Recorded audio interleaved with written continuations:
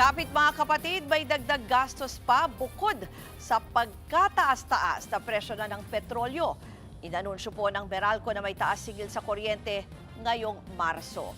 At para po sa detalye, nasa linya ng telepono si Gerard de la Peña mula sa Cavite. Gerard, magkano ba ang itataas sa bill sa kuryente at pakipaliwanag mo nga sa amin kung bakit epekto na ba yan itong Middle East crisis? 60 centavos per kilowatt hour ang itataas ng Meralco bill ngayong Marso. Ibig sabihin ng isang residential customer na kumukonsumo ng 200 kilowatt hours buwan-buwan ay 129 pesos ang may kitang taas singil sa kanilang bill. Dahil daw ito sa mas mataas na singil ng National Grid Corporation of the Philippines o NGCP sa kanilang transmission charge.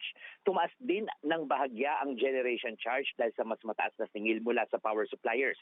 Nakadagdag din ang buwis at ang Uniform National Lifeline Subsidy Rate na inuutos ng Energy Regulatory Commission. Hindi naman nagbago ang mismong distribution charge ng Meralco simula pa noong August 2022. Pero Ruth, ang bad news dito, hindi pa kasama rito ang epekto ng kaguluhan sa Middle East. Bibihira naman daw ang gumagamit ang mga power plant na gumagamit ng diesel. Kaya lang, kapag tumaas ang presyo ng langis, tataas din ang presyo ng coal at liquefied natural gas o LNG na ginagamit na panggatong sa mga power plant. Na-order na rin daw ang mga coal at LNG na gagamitin sa buwang ito. Kaya magkakaalaman daw sa susunod na buwan kung ano ang magiging epekto ng mas mataas na presyo ng langis. Pwede rin daw makadagdag sa pagtaas ng singil sa kuryente ang paghina ng piso kontra dolyar dahil may mga binabayaran din na dolyar ang Meralco sa ibang power suppliers nito. Bukod pa dyan, Ruth, makakapagtaas din ng bill sa susunod na buwan ang inaasahang pagtataas ng demand dahil naman sa init ng panahon. Titingnan pa raw ng Meralco kung ano yung magiging epekto ng pagkamahal na presyo ng langis at gagawa naman daw ito ng paraan para hindi mabigla ang mga customers ito. At panawagan pa rin ng Meralco sa lahat ay maging masinop tayo sa paggamit ng kuryente. Ruth. Gerard, yung binabanggit mo na hindi pa nga naka-factor in itong epekto ng Middle East crisis kasi parang may initial na estimate si DOE Secretary Garin na posibleng tumaas ng mga 16%. May ganun siyang estimate eh.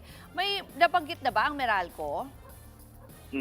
Tama, may sinabi ngang 16% si Secretary Garin pero ang sabi kasi ng Meralco, mahirap masabi sa ngayon kasi wala pa rin hindi pa nagbi-bill din yung kanilang mga power suppliers. Tapos meron ka pang factor ng foreign exchange na hindi natin alam kung anong tatakbuhin ngayong buwan na ito. Kaya mahirap daw mag-estimate sa ngayon. Okay. Yan po ang Express Report ni Gerard de la Peña mula sa Cavite. Mga kapatid, Ruth Cabalpo, para sa mabilis na pasada ng mga balitang dapat niyong malaman, mag-follow at mag-subscribe sa social media pages ng News 5.